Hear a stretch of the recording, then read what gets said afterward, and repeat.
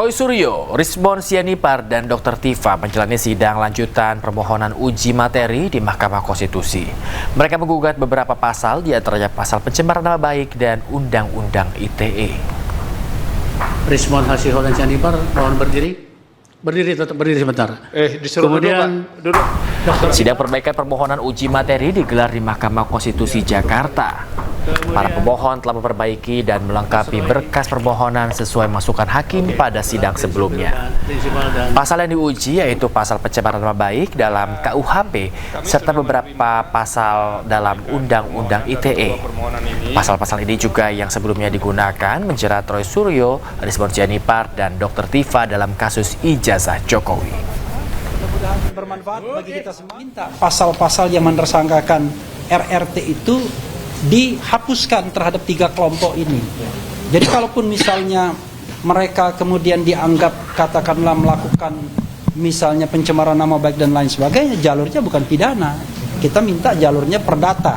Walaupun kita tidak mintakan ke MK, tapi for the future berharapnya begitu. Seperti Presiden Prancis ketika dituding bahwa istrinya laki-laki, dia menggugat orang per orang yang menyatakannya secara perdata bukan secara pidana. Karena kami sampaikan tadi, kawan-kawan semua, yang namanya defamation law atau hukum pencemaran nama baik, itu di negara-negara lain itu sudah banyak dihapuskan. Di Amerika Serikat, mayoritas misalnya negara bagian sudah menghapuskan defamation law. Sehingga orang bisa bebas menyampaikan kritik. Kenapa? Dengan adanya hukum pencemaran nama baik, fitnah, kemudian ujaran kebencian dan lain sebagainya, memunculkan efek ketakutan. Tapi intinya itu adalah memperinci apa yang ada pada detail undang-undang atau aturan yang kita koreksi, termasuk kita menghilangkan satu tadi ya, yang di pasal 32 ayat 2 di Undang-Undang ITE, yang itu tidak disangkakan kepada kami ya. Tapi sekali lagi saya menandaskan apa yang disampaikan oleh Dr. Tifa dan nanti akan disampaikan oleh Dr. Rismon, bahwa ini insya Allah bermanfaat untuk seluruh masyarakat yang memang terwakili ke dalam 3 jenis pemohonan tadi ya. Jadi artinya kepada aktivis, akademisi, peneliti, dan aktivis. Jadi insya Allah Majelis Hakim Konstitusi akan bisa mempertimbangkan dengan baik ya, karena kami ada 10 petitum tadi yang dibacakan, dan semoga tidak yang terakhir ya. Kalau yang terakhir itu kan andai kata tidak diterima, memilih dengan sebab. Diduga akibat korsleting listrik, 2 rumah di Kabupaten Cirebon, Jawa Barat hangus terbakar.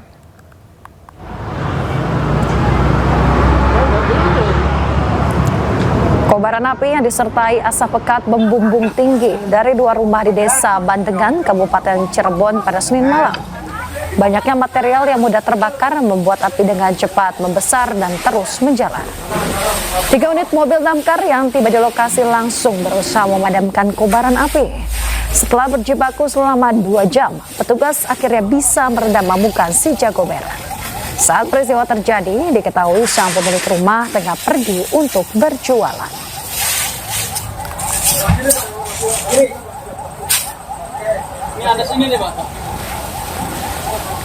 Pemirsa, suasana haru mewarnai persidangan kasus penyelundupan 2 ton sabu di Pengadilan Negeri Batam.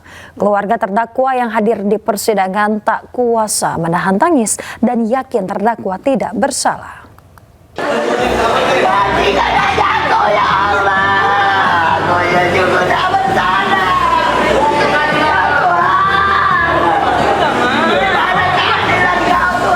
Isak tangis keluarga terdakwa Fandi Ramadan tak terbendung saat melihat terdakwa terkurung di balik jeruji besi.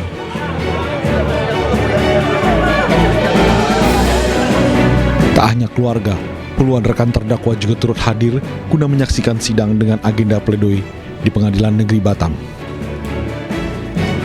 Atas tuntutan pidana mati dari jaksa penuntut umum, ibu kandung terdakwa yakin putranya tidak bersalah dan tidak terlibat dalam penyelundupan 2 ton sabu dari Thailand. Saya bilang sama anak saya, semangat keluar. Yang penting berdoa, kita tetap berusaha kemanapun kita cari keadilan ini. Fandi yang bekerja sebagai ABK pada kapal The Sea Dragon bersama 4 rekannya dan 2 WNA asal Thailand ditangkap di Selat Malaka pada Mei 2025 silam. Kapal tersebut kedapatan membawa narkotika jenis sabu seberat sekitar 2 ton yang disebut berasal dari jaringan sindikat narkoba internasional. Dari Batam, Kepulauan Riau, Gusti Yunosa, iNews melaporkan.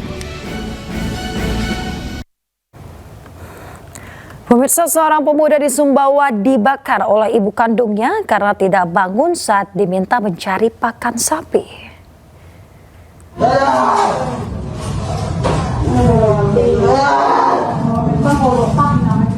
Pemirsa, peristiwa terjadi di Desa Pisang Kembang, Desa Sepakat, Kecamatan Pelampang, Sumbawa pada Minggu 22 Februari. Diduga ibunya kesal pada korban yang tidak mau bangun saat diminta mencari pakan sapi. Sejumlah warga yang melihat korban meminta pertolongan langsung berusaha menolong korban dan mengevakuasi korban ke fasilitas kesehatan yang tidak jauh dari rumahnya. Saat ini korban telah mendapatkan perawatan medis dan dilaporkan selamat. Hingga berita ini diturunkan, belum ada keterangan resmi dari pihak kepolisian setempat, namun kepolisian masih menyelidiki saksi-saksi untuk memastikan fakta dan juga motif peristiwa tersebut.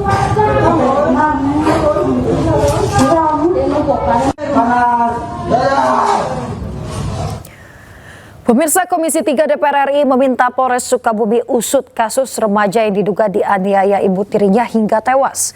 Kasus resmi naik ke penyidikan setelah ditemukan alat bukti dugaan tindak pidana kekerasan.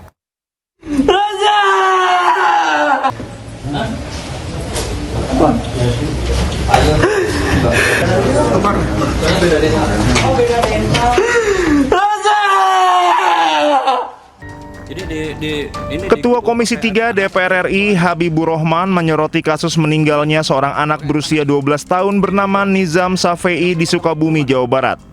Korban meninggal dunia karena diduga dianiaya ibu tirinya. Ada siapa? Ya, dengerin. Ada siapa? Habibur Rahman meminta Polres Sukabumi teliti dalam mengusut kasus ini dan memastikan akan mengawal kasus ini hingga masuk persidangan. Komisi 3 DPR RI mengutuk keras kasus kekerasan yang mengakibatkan meninggalnya seorang anak bernama Nizam Safei usia 12 tahun. Kami meminta kepada Polres Sukabumi, Jawa Barat untuk mengenakan pasal 76C junto pasal 80 Undang-Undang Nomor 35 tahun 2014 tentang perlindungan anak kepada pelaku yang mengakibatkan meninggalnya Nizam Safei. Ancaman hukumannya dalam pasal ini adalah 15 tahun penjara. Kami juga meminta kepada Polres selaku penyidik untuk memeriksa dengan teliti apakah perbuatan yang dilakukan terhadap adik Nizam ini berkelanjutan atau tidak. Kalau berkelanjutan, maka hal tersebut akan menjadi pemberat bagi si pelaku penganiayaan yang mengakibatkan meninggalnya Nizam Safei. Kami akan terus kawal kasus ini sampai ke persidangan agar almarhum dan keluarganya bisa mendapatkan keadilan. Sebelumnya, kasus ini resmi naik ke tahap penyidikan. Polres Sukabumi menemukan sejumlah alat bukti yang mengindikasikan adanya dugaan tindak pidana kekerasan terhadap korban.